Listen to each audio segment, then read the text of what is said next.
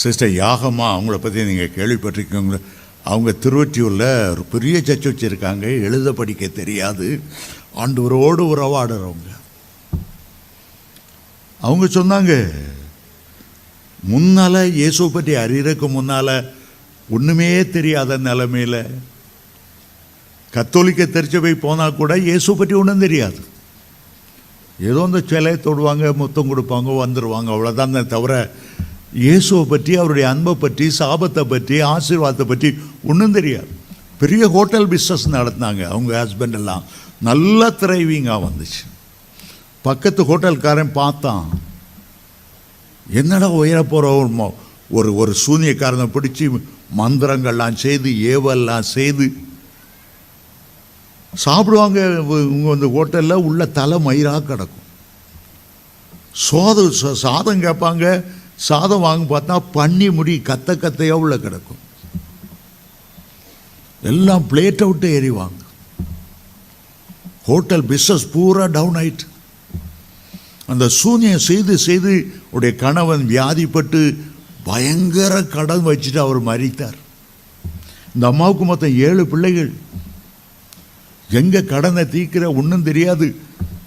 கடைசியில் தான் ரட்சிப்பை பற்றி அறிஞ்சாங்க. ஹோட்டல் எல்லாம் போச்சு. ஆண்டவர் ரட்சித்தார், அபிஷேகித்தார். முதல்ல உங்களுக்கு கொடுத்த ஆவியின் வரம் என்ன தெரியுமா? மந்திரவாதியோடைய சாப கட்ட முறிக்கிறதா ஆண்டவர் கொடுத்த வரம்.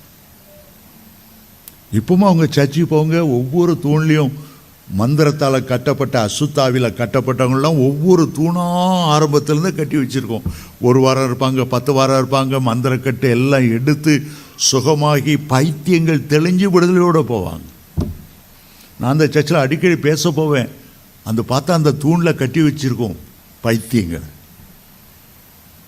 ஆண்டவர் கொடுத்த வரம், எந்த மந்திரவாதி சூனியம் வைக்கிறானோ, சபிக்கிறானோ, அதை உடைக்கிறது மட்டுமல்ல, அதை ஆசீர்வதிக்கிற ஒரு பெரிய ஒளியம்.